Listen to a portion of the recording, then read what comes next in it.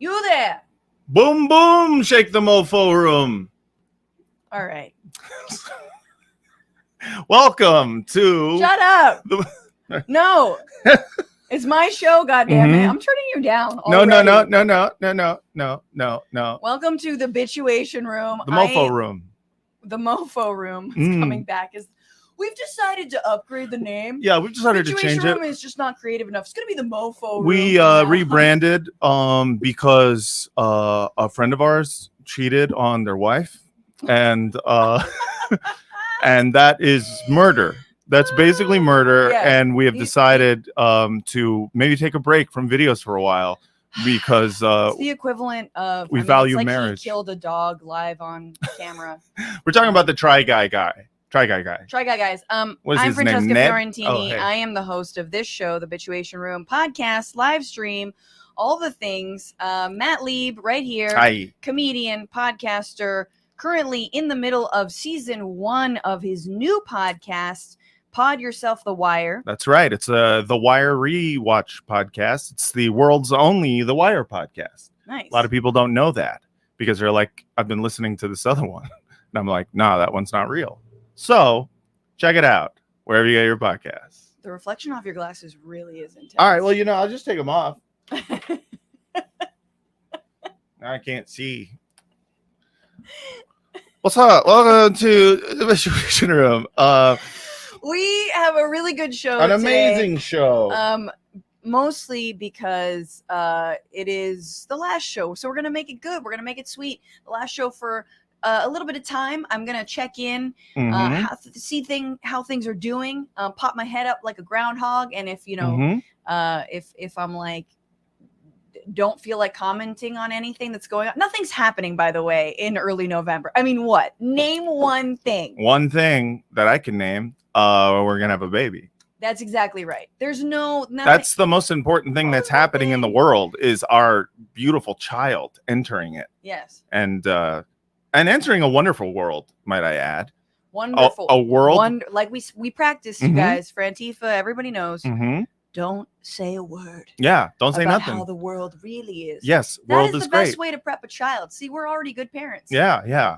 Now, initially, when the baby was born, I wanted us to first say "Welcome to hell." We workshopped that, but we decided against it because we decided "Welcome to what could be heaven." Yeah, if you play your cards right, little baby, get a job. Welcome to heaven. Now that you're in it. Yeah. Oh, that's cute. But anyway, yeah. So I'm taking maternity leave. Should be back middle or end of November. Remember, for patrons, you get special bonus content the time that I'm away. You get to see the birth. You get to see the birth live. No, I'm gonna try and do a little bit of a weekly roundup, maybe some lives, some unlisted links. So patreon.com/bitchuation. Join the Patreon now. And Matt and I are going to have a bonus discussion in addition to the things we're talking about today. Just a little situation in Ukraine and Russia. It was time for an update. Heard of it? Matt Lieb is an expert. I know everything about Bulgaria. Cool. Good. Close enough. We're going to talk also about Hurricane Ian and the fallout and what's going on, especially when it comes to Republican hypocrisy. Must hold them accountable. Must forever remember their hypocrisy. Like, do not let them off the hook. Yeah. Then a friend of mine, Josh Healy, filmmaker, is joining us to talk about his new series, Normal Ain't Normal, which is very, very good. Out now on Buzzfeed. We went to a preview of it. We saw a screening. Very cool. No big deal. So good. In the CAA building. We met Rosario Dawson. I mean, we didn't really meet Rosario Dawson. I saw Rosario Dawson from something afar. to her in the bathroom, and I looked at her. I was like, I like Dope Sick. We passed each other when I was leaving the men's bathroom, and she was entering the women's bathroom, and I almost was like, "What's up?" But I didn't. I'm so glad you didn't. I was afraid. When you see famous people in real life, it's always just like it's like being in high school all over again. You're like, I'm not allowed to talk to that person, right? Because they're above me. So you just look at the ground when you talk to them. That's perfectly normal. I just and then yeah. She's pretty. Yeah. You're prettier though. Thanks. Saved babe. it. Anyway, got him. Then we're going to end with a little pre-Halloween scare tactics in ad campaigns. So I want everyone to vote. What is the scariest campaign ad? Yes. And we've got some really good ones. They're good. They're freaky. Oh, it's a Halloween special. Ooh, spooky senators. But for the and patrons, ghoulish governors. Speaking of the patrons, we are going to be doing a bonus episode all about rainbow fentanyl coming to a Halloween trick-or-treating basket near you. And we'll talk about kind of the fentanyl insanity. That's gonna be in the bonus? Yeah, and so Matt, being an addict, I have so much to say. I feel like the regular audience needs to hear it. They do. But Matt has a lot. I think the fentanyl craze is something we haven't discussed, so we should discuss and it. I'm an expert. I've done all the opiates. Is fentanyl an opiate? Oh, yeah. Yeah. Okay. very opiate-y. Get at that now, so you'll be primed when we talk about opiates, and everyone can throw down. Exactly. Everyone go use. No, I'm just kidding. You are a little bit hot. I was a little hot. My bad. It happens every time I do a show with my beloved. He overpowers me and overshadows me. It's that this mic is better. That's all. No, it's not. Yeah. All right. And with that, you guys, make sure if you're here, you're liking, you're sharing the stream, subscribe, you're clicking all the buttons 5 on Twitch, stars in a review, you're cheering bits. And if you're here listening as a podcast, make sure to give this podcast 5 stars. You know, you guys, I don't want to lose you in my absence. And you know, just went Scottish. Yeah, I don't know. I don't want to lose you. Oh, that might have been Irish. It was trying to be Irish, but it's okay. So 5 stars on iTunes helps people discover the show. Leave some kind comments. And if you want to tip the show, TBR-Live on Venmo, TBR Live on Cash App. And with that, God damn it, let's get in to the final. What are you bitching about? Final for now.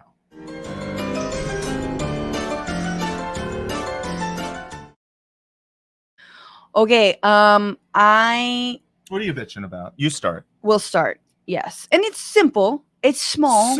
Small. And it's petty, given everything that's happening. These are my favorite types of bitching about. Well, obviously I could talk about a lot of things. We're not really going to get into the Christian Walker, Herschel Walker debacle today. That's a fun one. Which is really fun. But I just felt like, you know what? Let's be more substantive. Let's rise above. But for me, I'm not going to rise above. In addition to lightning crotch, which I have right now, which is basically because I'm about to give birth. Pregnancy has made my feet grow by half a size. That's right. True. I am no longer an 8.5. I think I am a full-blown 9 at this point. I think you're a 10. Thank you, sweetie. But your feet are bigger. And I have to get rid of, if they don't shrink, which I don't think that's going to happen. I don't think they're going to go down in size. And it's not that they're not swollen. No. It's like they're legit bigger. Like the bones of her foot got minusculely bigger, if that's a word. Yeah, by half a size. Yeah. So I now have to buy new shoes. And you have to. I have to buy at least 20 pairs of new shoes. So many shoes. This is honestly. I'm serious. I don't want to. I'm mad. I'm mad about having to get new shoes. I like the shoes that I have, and I'm fucking pissed. That being said, one of the best, I've never bought Nikes, but I bought them used from a pregnant woman who was like, they don't fit anymore. And I was like, yes. Yeah. So if you know me and you wear 8.5, you could probably inherit some very nice shoes. Oh, that's nice of you. You're going to just give them away? Or maybe I'll just keep them. Like maybe one day my feet will be hot enough again to fit into these shoes. You'll have your goal foot weight. My little baby foot weight. Yeah. You could do Weight Watchers on your feet.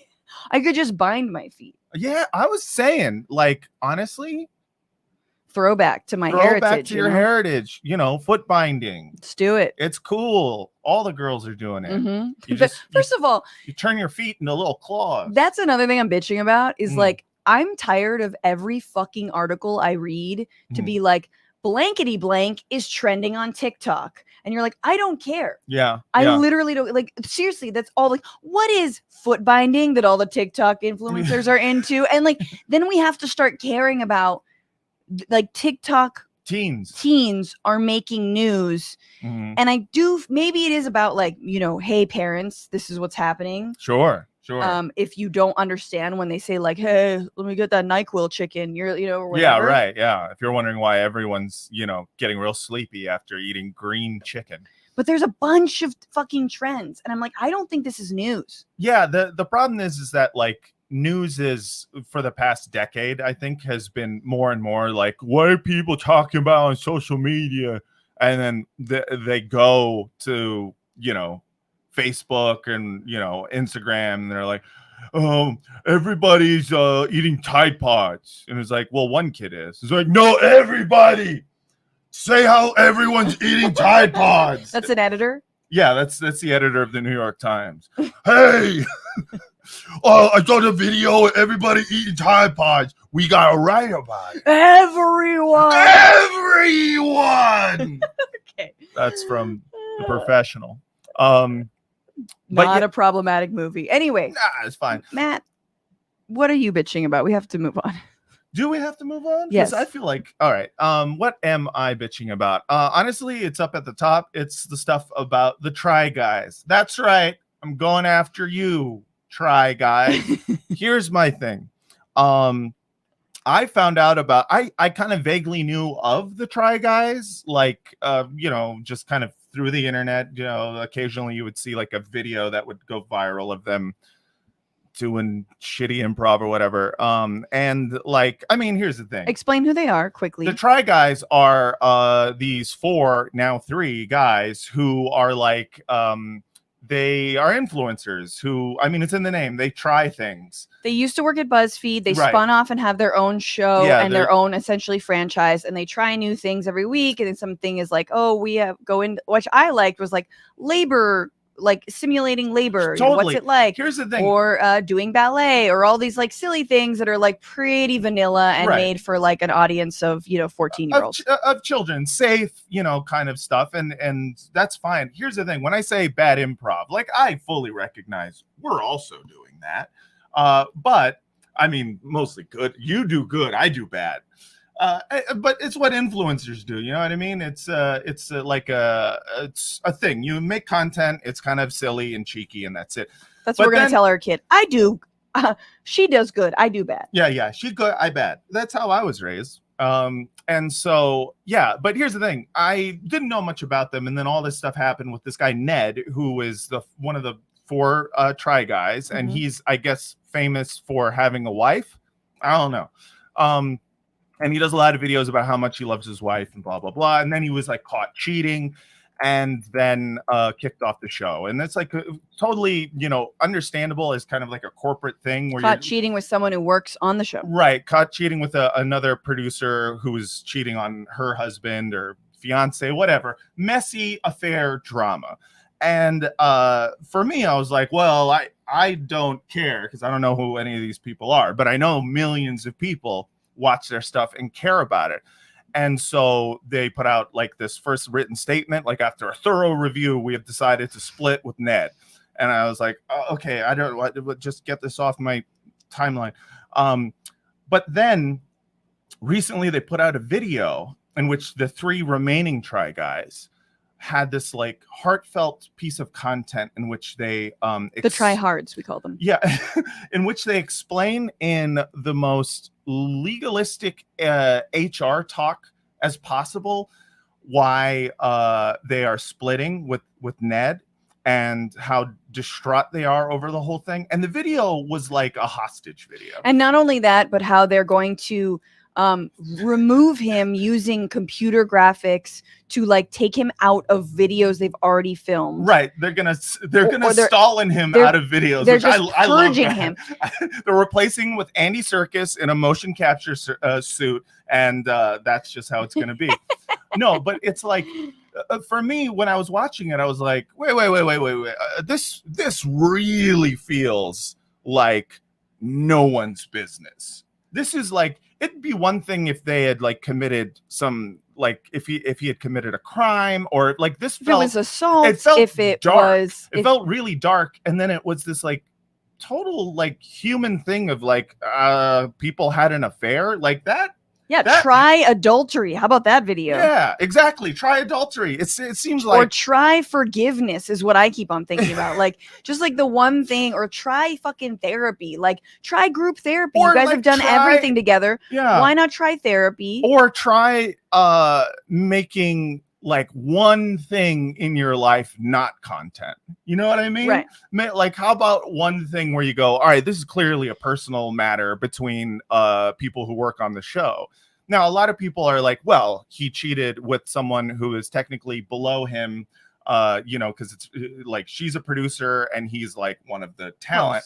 And it's like, yeah, but it's not cut and dry like that. Like the way life works is that not everything is down to like an org chart. You know what I mean? But like, if you're only supposed to be physically attracted to someone who's at your exact same station. Exactly. You're only supposed to date other celebrities and cheat with other celebrities. And to me, it just felt like, oh, again, are we really about to get into the minutia of this fucking affair? You know what's interesting? It reminds me of remember when Kim K got held hostage and robbed for all of her fucking diamonds? Oh yeah. And her jewels. Yeah. And then went dark on like they stopped filming the Keeping Up with the Kardashians. They stopped everything. And I was like, okay, so you're saying the one bit of real shit that happened to you. Yeah. You're not gonna fucking talk honestly about it. I mean, that seems ridiculous to me. That's what I feel about these guys. I'm like, dude, this is something real that happened. Talk about it. So I mean, I feel you, but the way that they talked about it, I felt like was because they kept referring to like legally speaking, you know, with lawsuits pending and whatnot, they can't go into like detail and they can't slander the guy or whatever. So I'm like, okay, well then this way of addressing it is kind of, I don't know. It felt to me like they were all acting like they're new. Like they're all acting like they're 15-year-old children who don't have any life experience and have never seen a couple have an affair before. Like, here's the thing. We're having affairs all the time. I'm just kidding. But I'm cheating right now. Yeah, we've been cheating. Like I am physically here, but my heart is cheating right now. Yeah, her heart's with somebody else. I won't say who, but they're my enemy. No, but like I just feel like Ryan Gosling, the way it was in Barbie. All right, she loves a guy in pink. The way that it was kind of like thrust into the whole like social media sphere just kind of felt to me like a little bit like, guys, is this our business? At some point we have to decide some things are none of our business. And Agreed. One of those is a consensual relationship between two people who are cheating.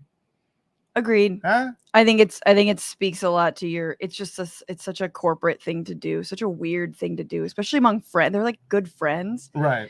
And they're acting seriously like he did a war crime. Right. And to me, I'm like, this is why I hate the term cancel culture, because that's not what's going on. That is corporate culture. That is, you'll see this that is bad Disney, for our brand. You'll see, yeah, this is bad for our brand. They're more mad at him that he sullied the brand than anything else. And I'm like, he's your friend though, right? And maybe they're not friends. Maybe they just all happen to hate each other. They're like, they probably do. Fine, now we'll dress up in sumo outfits. Yeah. And see what it's like. Yeah, it just, I fucking hate you. It's so weird to me because I'm like, oh, the whole thing is you guys are like friends. So This seems strange. Anyway, guys, support your friends. Support your in friends. times of need and in their follies. Yeah. Obviously if they hurt someone, that's diff. Yeah. And we should have as many subscribers as the Try Guys do. Absolutely. Even though I individually know a couple and I like them. No, here's the thing. Two of them. Look, here's the thing. Matt will offer himself as a replacement I will be white a try improv guy. Dude. I feel like you guys need They new need wife a taller guy. I'm a wife guy. Look at him. He's wearing glasses. He's got fucking plaid on right now. I can do the soy face. People love like, that like shit. honestly, he's here, but wow, he also has. I have acrylics and I'm a man. I could do that. I'm really good at trying new things. Oh God. I tried heroin. Wait, God. Electron Creations says, good luck with the new baby and the new shoes. Thank you, Cindy, which makes me realize baby needs a new pair of shoes. Oh, fuck. I didn't even make that joke. Why do babies need shoes, though? All right, we got to move on. They're not walking. We got to move on. Okay, we're moving on. They're not walking. You know what I mean? No, they need slippers and socks and stuff like that. All right. Not shoes, though. A lot of things happened this week. A few things I picked up. California Governor Gavin Newsom signed some important bills, like allowing farm workers to unionize by mail and making it harder to use rap lyrics in criminal cases.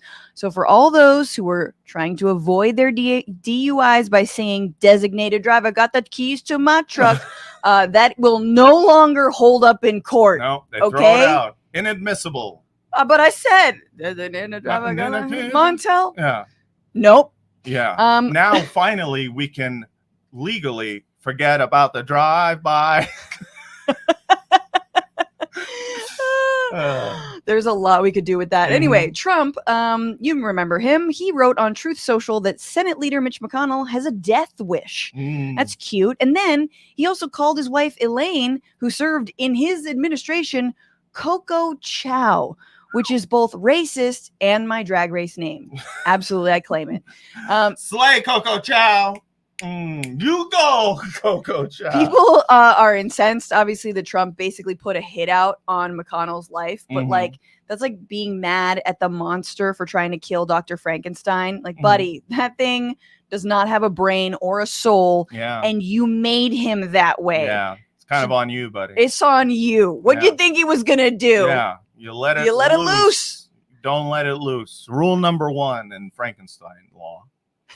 Don't let it loose. Don't let it loose. Number 2, maybe you shouldn't. Yeah. Number 3. Have the idea. Not all ideas you can follow through on. Invent a new dick pill. Exactly. Way more money than that than a Frankenstein. Yeah. Don't Mary Shelley like explain me, anybody, please. Getting Mary Shelley splained though on Halloween, kind of perfect. That is perfect. On the same day that we learned this week that in 2009, anti-choice Senate candidate Herschel Walker paid for a girlfriend's abortion, his whiny West Hollywood Republican influencer son Christian called him an abusive liar on social media after years of supporting his dad's political career. People want to slam Walker now for being a hypocrite on abortion, but it seems like he didn't pay for enough of them. You know what I'm saying? Oh, like, you know what they say about abortions. There's always one that gets away. Yeah, There's always that Christian's one. the one that got away. I'm like, ooh. Bordy.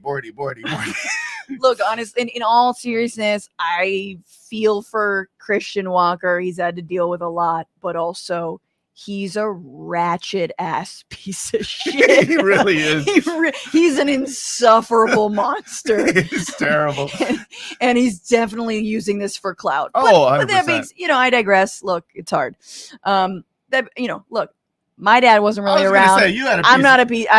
Yeah. I don't scream at people in a Starbucks line or like yell at a gas pump. Yeah, exactly. I mean, there's the thing. It's like, you can't just be like, well, my dad was, bad. It's like, I know a lot of people with dads who weren't around. But I will give him credit. They're not Christian Walker. I'll give him credit for at least doing what the right never does, which is admitting their dads are pieces of shit. That's true. Yeah. They're always like, I love my dad. I like that he never hugged you. Yeah, he crossed the thin blue line or whatever. The thin dad mug. I don't know. I don't know it either. Kanye West debuted his latest Yeezy wear that included a shirt that said White Lives Matter. Finally! Which he was pictured wearing alongside Candace Owens. Now, a lot of people are calling it a stunt to draw attention or reminding us that he's mentally ill, but I think that is just erasure of Uncle Ruckus. Like, that is That's Uncle Ruckus erasure. Don't whitewash him loving white lives, all right? Yeah. And also, white lives do matter if you think about it. Think about it real hard. For everything else, this is the week where.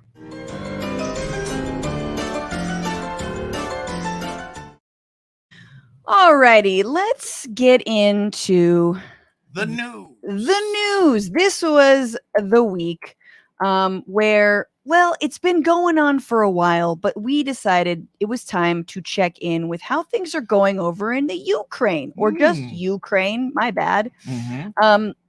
in terms of the war, Russia's war on Ukraine, we hadn't actually talked about this seriously, and I do not promise we will talk about it seriously. I'm gonna have to say, but we haven't talked about this since, honestly, right before the war began, when we had Anatol Levin of Responsible Statecraft on, and he was like, the Quincy Institute, excuse me, and he was like, I don't think they're gonna invade. Right. Like, that was his take. And I was like, tight. And then 4 days later they did. Yeah. This is also something, the invasion is something I predicted on the damage report. That's for those right. of you who listen. Yeah. So just want to toot my own horn, but it's still going on.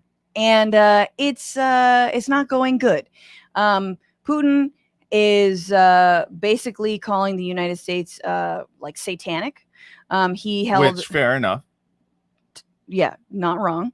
No, he held referendums in eastern Ukraine, which people are seeing as a pretext to annex these 4 regions: Kherson, Zaporizhia, and separatist republics of Luhansk and Donetsk. All told, it's about 15% of Ukraine's territory. Yeah, you can sort of take a look here. So there were these, people are calling it, sham referendums, asking people, do they want to be part of Russia? What about those numbers looks like a sham to you? Every election that I've ever seen has a 98.42% yes on something. That's normal democracy. I love democracy. It's just like, oh no, look at number. In terms of civilian deaths, UN Human Rights Office has documented nearly 5,600 civilians killed in Ukraine. The Ukrainian Armed Forces said that they've lost 9,000 personnel. Oof. Russian forces, about 5,000 service members killed, and 13, this is according to Russian officials, say that 1,300 of their own soldiers died in the first week of the war. So that's just the first weeks. But anyway, more than 5,000. It's bad. It's bad on both sides. In terms of Russia's war crimes, let's be real, there's a lot of them. Ukrainian officials say they've documented 34,000 war crimes committed by Russian troops, were things like bombing hospitals, targeting civilians. And all of this, of course, was about and around Ukraine's hinting and desire to be part of NATO, and generally Russia's problem with NATO expansion, and etc. Over the weekend, Ukraine was like, we want into NATO. In fact, we're putting in our application. Right. Apparently there's an application. Yeah. I wonder if they have to write an essay. Too. Yeah. It's like it's a 2,000 word essay. Yeah. And you have to have strong extracurriculars, and all that. So why I want to join NATO? Well, look. Yeah. 34,000 war crimes. Here you go. Yeah. So they are applying for their fast track NATO membership, which is like a whole separate lane on the highway, of course. And Congress in the United States, however, is just continuing to funnel money to the country. So $12.5 billion in aid was just approved. That's on top of $54 billion it had already approved earlier this year. In total, the U.S. has already given, so handed over, about 16 or 17 billion. Some of the weapons are now including mobile rocket launchers. So it's sort of getting heavier and heavier and heavier artillery. Needless to say, weapons manufacturers are happy as hell about making a lot of money about everything.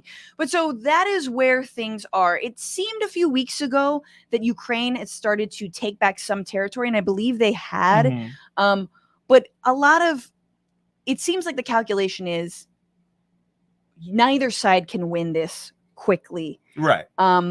At this point. And you see the United States doubling down on, all right, well, if we just give them more and more and more weapons, this will be fine. Now, the real thing is, what about nuclear war? Because one of these two sides has a bunch of nuclear weapons and has not been afraid to basically say that they could use them. So, this is from an article in Newsweek that talks about how Biden apparently is actually exercising more caution given the general military, and we'll talk about that. But Putin said this week that Russia would use nuclear weapons over the Ukraine conflict if the country was directly attacked, ominously adding, this is not a bluff. In the event of a threat to territorial integrity of our country and to defend Russia and our people, we will certainly make use of all the weapons available to us, he said in a special address. Now, there's differing opinions on all this. Let's see. But one opinion, one idea is that I'm not finding the piece of the article that I want to read to you right now, but is that some U.S. military folks feel like Russia has small nukes. Right. Tactical nuclear weapons. Nukes. And that they might use those small nukes. Yeah. So the scenario. Just little baby firecrackers. Yeah, they're little cute nukes. They're cute nukes. They're more adorable than they are deadly. They're cute. Except for all the people they kill. And the scenarios range from a nuclear attack in Western Europe to the Russians detonating a high-altitude nuclear blast to create an electromagnetic pulse that could lead to the complete collapse of the energy grid. EMP, like from the Matrix, but real. Right, exactly. Yeah. And then what those small nukes mean is interesting because it doesn't really enter into they went full nuclear, now we got to go to war scenario. Right. So it would not be a physical attack on land that thus might not be equated with a traditional nuclear attack. That would complicate the calculation of whether or not the U.S. response should automatically be nuclear. Biden feels like they don't need to obviously have really a nuclear plan at this point. Biden said, nuclear planner and two other senior officials who spoke to Newsweek said the President Biden favors non-nuclear options over nuclear ones should Russia cross the nuclear threshold. That's always comforting. Yes. The officials don't disagree with that view, and none of them advocate any use of nuclear weapons in a preemptive strike. But to deter Putin from using nuclear weapons in the first place, the officers say the United States needs to talk the nuclear talk and not be held back by the fear of having to walk the walk. I would say, in this instance, given, Hiroshima, Nagasaki, given that we've seen what nuclear weapons do, maybe we should be afraid to walk the walk on nukes. Yeah. And this idea, too, of you got to always say that nukes are on the table as normal foreign policy is so fucking twisted. Yeah. It's the most twisted thing in the world to be like, well, no. We have to always at any time. All options are on the table. In any conflict, say one of the options is the end of the fucking world. And it's like, why? Why would that be a necessary thing to do? Motherfuckers act like we haven't watched Dr. Strangelove. Come on. I mean, it's so insane to me because the hawks around him. They are like, just say you'll do it. Come on. I can't even come if someone doesn't put the nuclear option on the table. Oh, you expect me not to come for the next 2 years? No. But this is the thing. It's like, you're dealing with a madman. You're dealing with not a reliable actor. Yes. My thing is stop further psyching him out because one of the two people are being strategic about it. Yes. And the other is like, I'll push the button. You know what I mean? Putin, I think, absolutely would do these tactical attacks. Yeah. He's lost his fucking mind. He's absolutely lost his mind. And that is what brings me to, I think, what a lot of leftists are saying. We're talking folks like Noam Chomsky. I heard Vijay Prashad the other day on Democracy Now! And then, Responsible Statecraft putting out, I want to go into an article by Harry Kazianis, which I liked. But they're basically like, look, we should negotiate a ceasefire. And the United States needs to work on that immediately. There needs to be diplomacy, blah, blah, blah. And I am on board with that. My question is, who on the other side is on board with that? Is at this point, it is effectively a proxy war. The United States funneling a bunch of money into Ukraine to fight Russia. It's a proxy war. I'm not saying it's not okay, like the Ukrainians should be completely on their own, but let's call it what it is. Mm-hmm. So there should be some sort of diplomacy going on. But my question is Putin, I think, is nuts. We know that his advisors around him also don't even know what he's thinking one day to the next. Mm-hmm. The draft that they just issued a draft, right? 200,000 Russians have fled the country in just like the past 10 days. Yeah. It's unclear who we should be negotiating with. And the answers are cagey. That doesn't mean you don't try. And I will give absolutely those folks I mentioned the credit to say, we should be trying to negotiate, but it's still unclear. Yeah. And we have to sort of move on. But, this Harry Kazianis said, the possibility of nuclear war demands that the West try to seriously explore what may be possible. Clearly, Ukraine cannot join NATO, as Russia would be most unlikely to accept such an outcome, given that preventing Ukraine from joining the alliance was the casus belli. What is that word? Casus belli, initially cited by Putin for his invasion.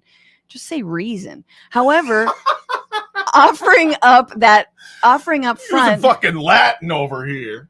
Offering up front that Ukraine will never join NATO, removing one of Russia's greatest geopolitical fears as leverage, could get the diplomatic ball rolling. While Kyiv put in a formal bid to join the alliance Friday, it simply cannot happen no matter how much Ukraine complains publicly or in the media.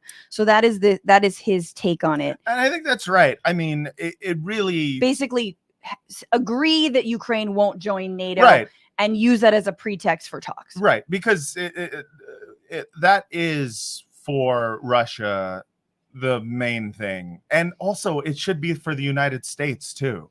I'm sorry, but it should be. The United States should not want Ukraine in NATO. NATO shouldn't exist, but it should not want Ukraine there, because literally that means we have to go to war if this shit goes on. Like, if their application was accepted, then we would have to go to war with Russia. And I'm sorry, but call me a peacenik or whatever the fuck, but no, we should not be doing a fucking 21st century war with another major power for the cause of, at this point, propping up this old system that we created post World War II to be like, hey, we need to fucking make sure that or post Cold War, that we need to make sure that Russia is firmly contained. And it's like, why?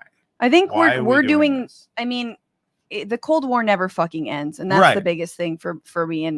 And it is important to talk about the Nord Stream pipeline, you guys. There have been ruptures in it that everyone effectively is saying is sabotage. Mm-hmm. Putin is blaming the United States. United States is blaming Putin.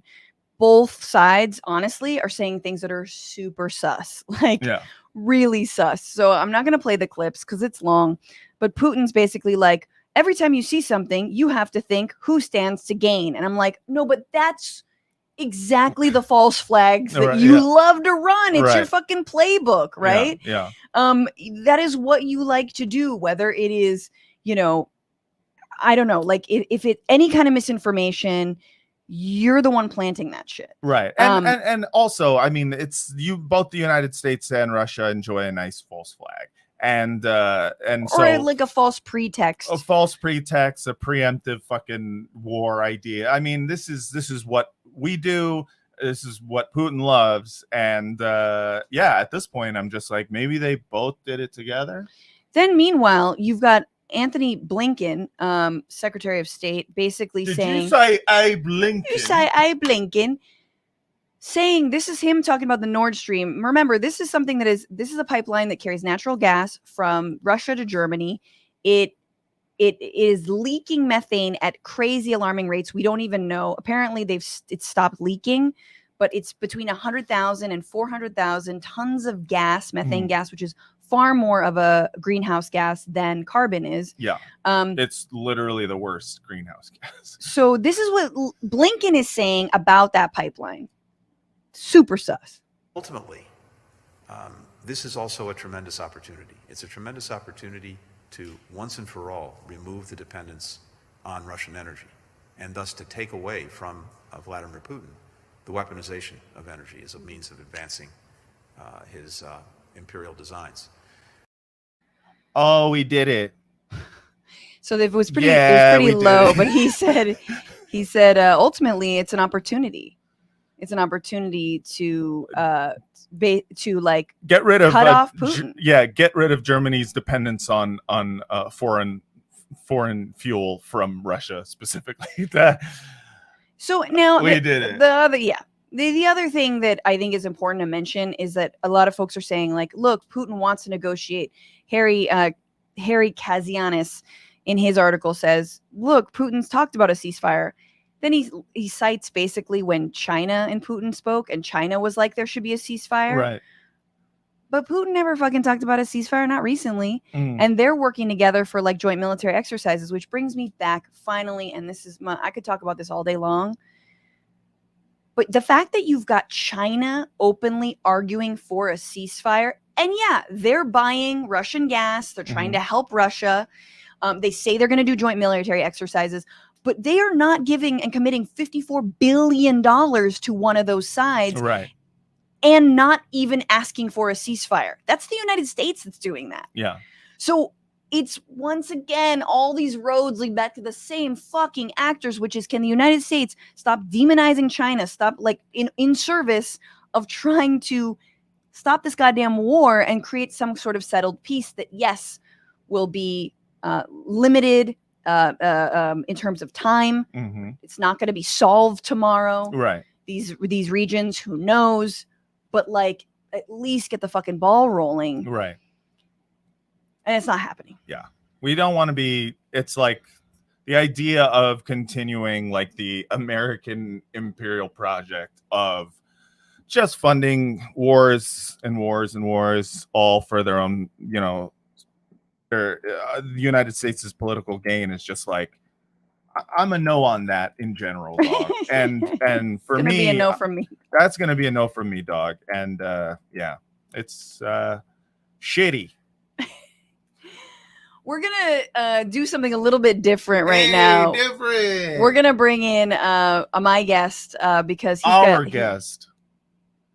I'm sorry, my guest because he's got to bounce soon. I'm super excited to have him here. Award-winning writer, filmmaker, co-executive producer with Offsides Productions, excuse me. He's a regular performer on NPR's Snap Judgment, and he also wrote and produced 2 seasons of The North Pole, which is an excellent comedic web series featuring Boots Riley, W. Kamau Bell, all about gentrification, global warming, gluten-free donuts, all the important things. And his new digital series, Normal Ain't Normal, with Rosario Dawson and DeFaro Wu-Tai, is now available on Buzzfeed Video. Please welcome Josh Healy. Hey, what up, y'all? How's it going? It's going good. Just talking about politics and stuff, you know. Yeah, no, I appreciate that the lead-in you gave was 20 minutes of the threat of nuclear war, and now we're going to go from that to a nonprofit YouTube series, because as they my intersect. 2-year-old would say, same. Same. And, your 2-year-old is correct. It's the same. So, yeah, I like how that transition was just like, and let's talk about some other shit and go. That's how we do. You want an actual inners here. Let me calm you a little bit here. No. That was the perfect Hang on. lead-in. No. We got one. Are we upping the stakes from nuclear war? Is that where we're going? Yes, this is the sitch.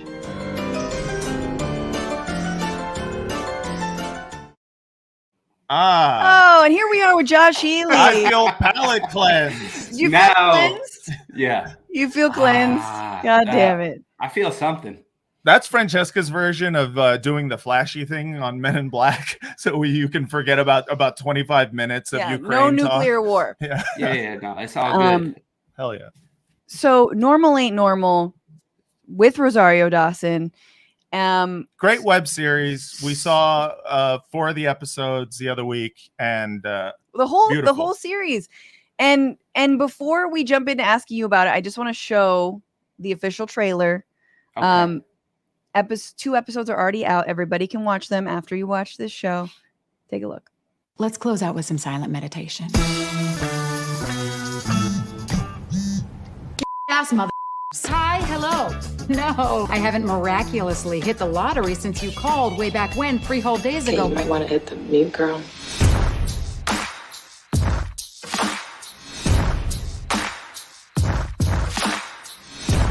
You guys are hiking up the rent again?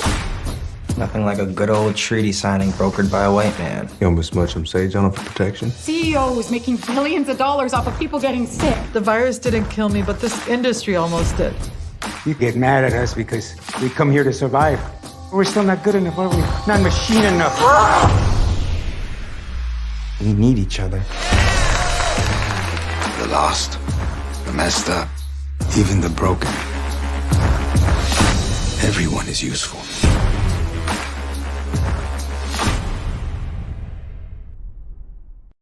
Hell yeah. Good Oh, shit. shit.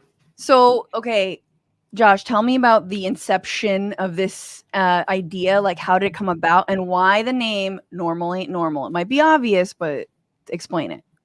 I still don't fucking understand it myself, and I made this show, so hopefully we can figure it out together. But first off, I gotta say, Francesca, you know that we've tried to cast you now 2 different times in 2 of our web series, and the first time you moved to LA, and so couldn't do our Bay Area series. This is where movies are made. I'm sorry. And then the second time you got pregnant, and so I blame both of you for that one. Yeah, that's my bad. That's on me. Yeah, that's on you, man. I must have missed these emails. Yeah, we got to talk to your agent, which also I blame Matt again for that. So take 2. Different but Matt. No, Not this Matt. Yeah. No, we're the show. It's a web series that it's looking at. We started it about 1.5 years ago. To be honest, like right when folks were rolling up these little sleeves and starting to get vaccinated and shit. And the first shot before we're at like booster 4 or 5 or whatever we're at now. Right.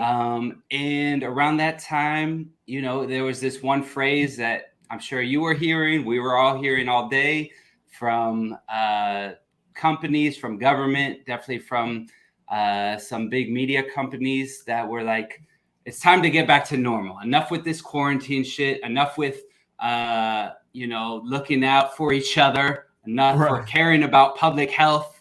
It's time to get back to normal. We all need to get back to normal. And like be broke again was basically the subtext. Like get back to like not thinking about anyone other than yourself. Get back to normal America.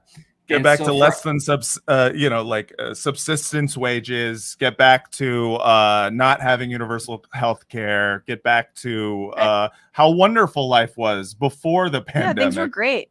Yeah. And so, like, we thought about this, and I think about this a lot. Something you guys might be thinking about soon. As a dad, I think about like. There's a million things when my kids, I got a 6-year-old and a 2-year-old. And so they were 4 and just born. And when the pandemic hit. And so like Zoom pre-K for my 4-year-old, that was not the business. Not having childcare or any like extended family care because we couldn't see each other for the baby. That was not the business. So there's a million things in our daily lives. Of course, we wanted to get back to normal. Want to hug folks, want to get drunk at the bar, wanted all this shit. But on the bigger issues, like Matt was talking about healthcare, about workers' rights, around so much of what happens in this country, the truth is what's normal in America is what got us into this shit in the first place. Yeah. And so we wanted to talk about American exceptionalism, all the things that are normalized, where if you're outside the US and you're looking in, you're like, this country's fucking crazy. Yeah. And the pandemic was cool, but a lot of what happened in the US, it's even more crazy. And so this was, there was that phrase, Arundhati Roy said, the pandemic is a portal to imagine something new. And I'm not going to quote her because I'm already fucking it up. But, this moment was a chance, and still maybe on my more optimistic days is a chance to like imagine something different. It's like we could stop and change it up. And so for us, when we're thinking about the new normal, we're like, let's actually imagine what's some shit we would want to see coming out of this here in the US. Yeah, absolutely. And there's, I think in each vignette in like all, is it 4 episodes? Yep. In all 4 episodes, there is, that breaking point of the main character who's highlighting, their own struggle with like healthcare, food, housing, workers' rights. But and there's a little bit of justice in each one of them, you know, despite the how shitty everything is. I love, first of all, the character. It's so well written and it's so well done. Yeah. Very well acted too. And so well acted. Which is, to me, like, really hard for short films. That's the hardest thing. You're lucky that I wasn't, I guess I wasn't available, because like, I'm okay. But I really, like, I think that it's so important that we're just not looking back at all. It's a little bit of a we're too big to fail after the 2008 Great Recession of like, anyway, banks are now just bigger, doopy-doo. And so instead of like, hey, we have now real thought around a public healthcare system, you know, as if, right? Or like the housing market's even worse, fucking way worse than before. And if, you know, like moratoriums on evictions are lifted, it's like, okay, but that's only going to last for, you know, obviously they're lifted. So, and so I'm glad that there's like this little bit of, it's like a moment of reflection to look back when nobody wants to look back, especially around entertainment. Right. It's really hard to sell, you know, hey, this is a real story. It's talking about real issues. I know you probably want me to pitch you the next Stranger Things, but like the Stranger Thing, there's like some sci-fi shit is happening every single day. We here. live in fucking Stranger Things. This is just a giant Hawkins that we live in, and the upside down is just where we live. Totally. Yeah. No, we've been in the upside down for a little while now. But I think, it's true. If you look at Netflix, if you look at Hulu, if you look at any of these channels, none of them are doing shows set in our actual reality right now, or coming out of it. And on one level, I get it, because when you don't know the conditions, what it's going to be like in a year, you don't know, should our characters be wearing masks? You don't know how to talk about something that's going to come out 6 months or in a year.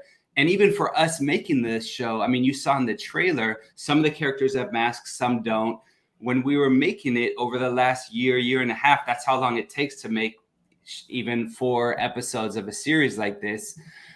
We weren't sure what was going to be still, quote, relevant or not, or if we were going to be post masks. It's really interesting. The first episode we shot in the series was like right before the Delta surge, June 2021, if we can remember that far. And we had a bunch of elders in the room. My pops was there, my stepmom was there, all these folks, and everyone had just kind of got vaccinated. And we asked all the extras, we said, you know, you're welcome to, it was an indoor scene. It was kind of a cathartic moment. My friend Rima Seal, who's an amazing Palestinian chef and activist, and she's acting as herself. She's telling her own story about her restaurant and workers' rights and inequalities and all this stuff. And she's giving this cathartic speech. It's really powerful. And we had all these crusty old white folks in the room, including my dad and stepmom. Shout out to the Crusties, who I love very much. White folks. Can I just who say, are babysitting my kids later tonight. So thanks. Crusty old libs are like my target demo. They love the fuck out of me, and so I feel like we're kindred. So anyway, we were filming it, and we said, guys, you know, if you want to be masked, you can, or if you want to take it out. And it was like all the 60 and 70-year-old white folks in Berkeley and Oakland who had been wearing masks for like a year and a half, they like ripped them off. Like it was their moment of fucking glory. Like they've been emancipated. And then 2 months later, Delta hit, and we did like a follow-up scene, and everyone was like, I'm gonna like, don't get fucking close to me. I'm back to masking. And this was what it was like filming it. This was like as we were writing it. This is like as we were creating it. And for me, I think what's most important is not about the mask versus not mask. It's about the story of, for working class folks, for folks who got hit twice, 3 times, 4 times as hard by all the conditions beyond of the pandemic, through racism, through inequality, through all this shit, through, you know, small things like threats of nuclear war, whatever, you know, you talked about in the first half hour. I think that those stories have been swept under the rug, and that's what corporate America wants to move beyond. Like, we called people essential for like a year, and then it's like, nah, y'all weren't really essential. Essential Right. doesn't just come and go. Right. It doesn't work like that. And the truth is, what we're saying is we all have to be essential. No one can be healthy until everyone's healthy. If we didn't learn nothing out of this fucking pandemic, well, then we spent 2 years masked up for bullshit. And, I'd love to learn a couple things. And I think the other thing with the show is like, how do you tell these stories that balances the fear and the grief with also the joy and the absurdity and the contradictions of like, this shit is weird. Yeah. And the shit's gonna be weird for a while. And so for us, I think we want to tell stories that could honor the weird. Normal ain't normal has maybe a couple of meanings. It's like normalized injustice and normalized what the fuck. It's just like our lives are, it's just how many Zoom shows do we do? And this is normalized. And like Rosario's character that you see on there, she's doing an online yoga class because her yoga teacher in the episode is so afraid of getting not just COVID, but getting sick again because she can't afford it because she doesn't have health care, that she's only doing online classes 2.5 years into the pandemic. And she's down to one student left, which is Rosario Dawson, who, kind of zoomed the fuck out. So this is like, these are the contradictions. We wrote an episode about universal healthcare using online Zoom yoga as a way make some comedic propaganda. But I mean, also like yoga teachers generally, unless like they don't have healthcare. I mean, that's the irony. That's the irony of the whole thing is like you're there helping people. I mean, feel good, get better, whatnot. And that shit doesn't come. I mean, like we're stand-up comics, we're podcasters. Like I buy on the marketplace, pay through the nose. Yeah. All that crap. So I really liked it. And I think it's so interesting how around the world though, it doesn't like, I want to see that these stories, but like globally, like how were people, who have universal paid leave on childcare, like were they as strapped or were they able to withstand not only the public healthcare systems they might have, but how did they also navigate? It's such a uniquely American miniseries. I think what I loved about that first episode, the one with the yoga teacher, was watching this person without healthcare, with one student left, trying to navigate her own self-care and realizing that like all that self-care shit that people talk about and kind of people scorn a little bit. Like we talk a lot about self-care and whatnot. And people will be like, always people with these crystals and yoga and whatever. It's like, well, a lot of people don't have healthcare. Yeah. A lot of people or can't afford they can't afford healthcare, and so like literally in order to avoid getting this massive disease, I'll clutch some crystals and do some yoga because that's what I fucking got. And for me, that was a bit of a perspective shift because I was like, that's a really good argument for like why people are like latching onto things that may or may not be, I don't know, medically fit. Like, they may not be scientific that like crystals can cure shit, but I get it. If you depends don't have which crystals, Matt. It depends. Okay, fair enough. You're not getting the right one. Yeah, you got to go to the Ashby Flea Market before 10 a.m. and you got to ask for my boy Benny, and then he'll just hook you up on the side. But you got to get the right crystal meth, I'll do it. Wow. No. That's my favorite crystal. That's Johnny at 6 a.m. Yeah. You got to get your flea market, I always go to the wrong one, get the wrong crystals. I know I think it's okay. That's why I'm here for you. That's why you're here for me. Yeah. The one thing I wanted to also say though is like I feel like you guys started writing this and producing it in a time when, and it has like each story has like a sense of things are going to be different. There's a small justice that's been highlighted but then righted. And you guys, and during this whole time we've also seen an emergence of the labor movement in sectors we hadn't seen before. So I'm thinking about Reem, and I'm thinking about the episode about the janitor, like great episode. Just the ways that like working and essential people are like, no, motherfucker, it's not going to go back to normal. And you're going to have to get used to us organizing, to say nothing of the nurses who have been on strike in multiple states.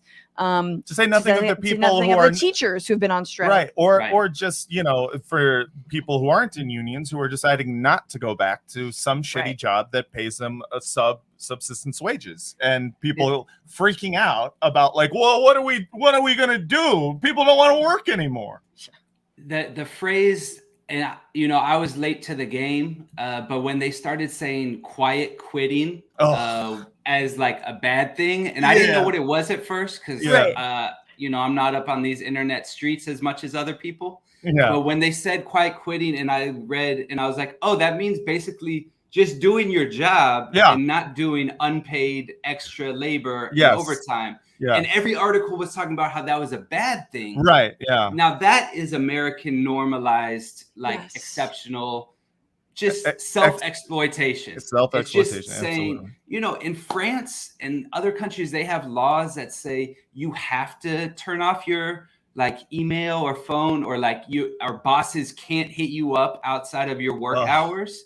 Wonderful. In America, you know, we're like texting from the hospital, like, I'm about to have a surgery. I'll be out for like 2.5 hours. Let me know when I'm out of this heart surgery and I'll get right back to you. In other countries, it's like, take 2 months off.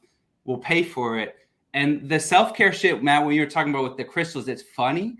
But when we wrote that episode about the yoga teacher, and then we didn't even think about it, but it is kind of a subtle critique of the self-care model of just like, but it's just, when there is no collective care, when there is no social care, we privatize everything, which is just taking care of ourselves. And because there's no one to take care of us. And so it's a symptom. It is totally a symptom. And I anyway. We don't talk about how it's a symptom enough. We just think it's like, oh, they're really new age. And yeah, sure, some of the Rogan like pilled people have gone too far. Right. But also we don't realize that if we had a robust public healthcare system, people wouldn't be turning to fucking podcasters for like their medical advice. They wouldn't be going on Facebook and trying to like stock up on like ivermectin. Because, or hydroxychloroquine. Because they wouldn't be leaking out their assholes because you know, fucking Rogan because they said had so. access to actual medical professionals. Sorry, what were you saying? No. I'm writing down notes. I assume you're giving me medical advice right now. Yes. What you were going for? No. Shouldn't be taking random podcasters' medical advice? Well, you can take Rogan's advice. Look, He's got a lot of good if advice. you have under 1 million followers, you're not a shill. Over 1 million, try guys. Rogan. Shill. All right, well then I'm almost there. I'm so close. I'm so close. I'm working on my shill status. I can't wait. That's all I want to do. I want to be a paid shill. And can I ask you about independent filmmaking and doing a project like this? And I get tired just when you asked that, and I just let out a long sigh. You're like, I'm already exhausted thinking about it. Because it is so high quality. It's so well done. And I know it wasn't easy. And I know the work that you do generally bridges this divide of social justice and storytelling that, again, is like not monetizable always. So just talk about like, what is your either advice to folks, or how do you make it happen and work? I'll talk about why what I do is a bad business plan and a bad choice for your artistic career, but good for, you know, your heart and soul until you're like looking up social media metrics and have to dive deep into algorithms and the stuff you guys know about.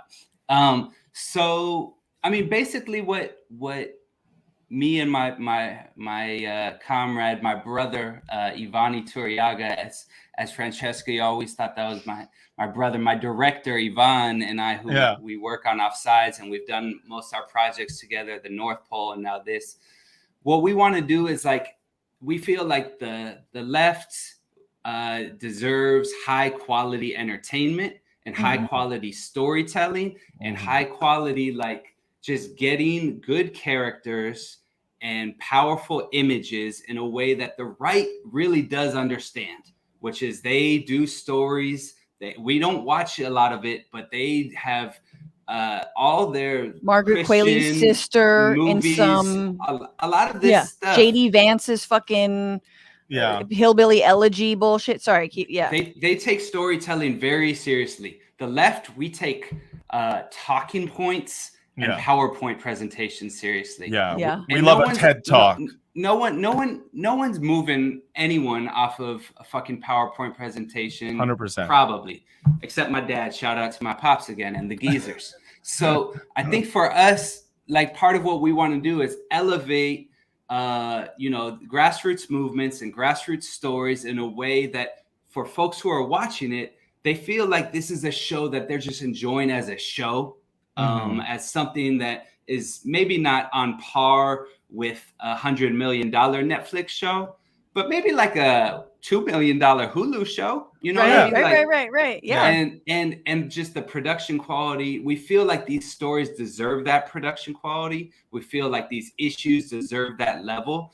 And so part of what we want to do, we always, we want to hit people in the heart, mind, and funny bone, and just get in that perfect trifecta and really elevate these stories in a way that people feel like their stories matter, that their issues matter, because if it doesn't look good, if it doesn't sound good, people don't take the shit serious. And so we want to, our job is kind of to do the fun shit, the creative shit, to get people into the serious movement building side. So each episode we partner with a different either union or social movement organization, folks like the Nurses United on healthcare. The episode today that just dropped about indigenous rights, called Unlord the Land, written by Tommy Orange. It stars DeFaro Wunatai from Reservation Dogs. Speaking of Hulu shows, that's my favorite show right now. I was gonna say, I mean, Reservation Dogs is sort of the most similar in terms of that heart, head, funny bone. Mix. I mean, there's the shows that have come out the last couple of years that influence us for sure. There's Reservation Dogs, there's Rami, of course, Atlanta, Master of None sometimes. Except when he's like, no, I'm just gonna go to Italy and learn how to make pasta. Except for the one season. Italiano. And I'm just like, so maybe the first one. And shows like that are at that kind of, they call them dramedies, but it's trying to mix the absurd with the real, the hilarious with the outrageous. And I don't know where one starts and one stops these days. And so we just kind of put it all in there, and we take the craft seriously in terms of the writing, the performing. And then we're lucky to work with some pretty fucking amazing actors, some of which are, doing their Hollywood thing. And for them, this is like what they believe in, and they wish they could make more stories like this. And then some, it's Bay Area local actors kind of getting their first start. And so for us, that kind of mixture is where a lot of the magic happens, in elevating and just kind of bringing people and issues together in a way that doesn't happen, and hoping that people watch it, enjoy it, laugh, cry, and then can see what these organizations are, and take action. So the Indigenous Rights one today is with Indian Collective and the Land Back movement. And here in Oakland, the Segurite Land Trust, 2 amazing organizations. So if you watch the episode, you can get connected with them. But just watch it, see it, enjoy it. Segurite Land Trust, that's awesome.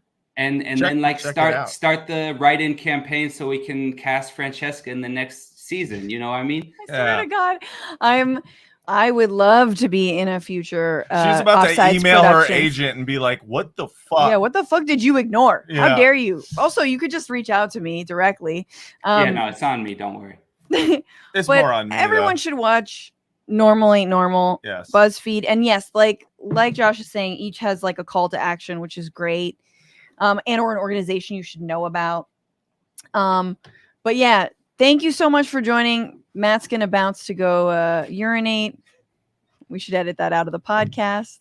No, I I got started with nuclear war, and I'm going out with Matt going to the bathroom. I feel You like think that's the he was the perfect. one who was pregnant? Yeah, no, it's great. It's great. That's everything. I appreciate you, and good luck over the next month, my friend. Thank you so much, Josh. Everybody follow Josh also on Twitter, Mr. Josh Healy. Also on Instagram, you can check out what he is cooking up for his next project. But for now, go support this. Make sure BuzzFeed knows that they should be continuing to invest in this stuff. I don't know, at Rosario Dawson, be like, hell yeah, I love this, because she was a huge part of it as well. Thank you, Josh. Take very good care. And thank you guys. Now I am alone. And I shall take this moment to read just a few comments and also thank, holy shit, some of these super chats. Don M, thank you for that insanely generous super chat. Writing in, good luck with the baby. Enjoy the time off. Thank you so much. I will. I shall. Graph 1980, thank you for your super chat. Much love and respect. Thanks for what you do. Thank you. And Todd Roy, Todd, I've been thinking about you. You know, Todd, I believe, is in Nova Scotia. So y'all got hit by like another hurricane. So I was thinking about you. Thank you for your super chat and also for being a great moderator, saying just because I love the show, gonna miss it, but congratulations. I'll be back and there'll be other episodes. And, we'll maybe do like an impromptu thing. And Electron Creation saying, here's to the ring light reflection in Matt's eye. Thank you so much for your super chat. Rachel Atwood, greetings from Kyiv. And this is some good critique over here. Oh man, Matt brought the cat in the room. Sorry, I had to go. Greetings from Kyiv. He's a good guy, but Anatole is in La La Land. The weapons from the U.S. help enormously. I don't trust the U.S. long term, but now it's great. And I think a lot of people are sort of saying the same thing. The question is, what is the long game, right? And there needs to be a long game. The long game can't be, oh, well, then we just threaten nuclear war back on Putin. Beatnik, thank you for your super chat. We love ya, Fran. Keep up the great work. Love you too. And thanks to James Call for your super chat writing. Vax and shit, Dark Fauci. Yeah. And then Gina Viola, hi Gina, saying single payer is the only way to get some fucking self-care. Absolutely. You know, this is what I want Newsom to actually do, right? The guy ran on single payer in California. He needs to fucking put his money where his mouth is. Do we have time for why don't we I love the kitty. Okay, Matt brought in the cat, and I'm not totally on board with that, but okay. I'll put the cat down. there's just a lot to edit out. Oh, okay. There we go. Edit out the cat. Just a lot. You know, the audio audience can't see the cat. You can describe her as being adorable and fluffy. The audio audience likes to hear that there is a cat, though.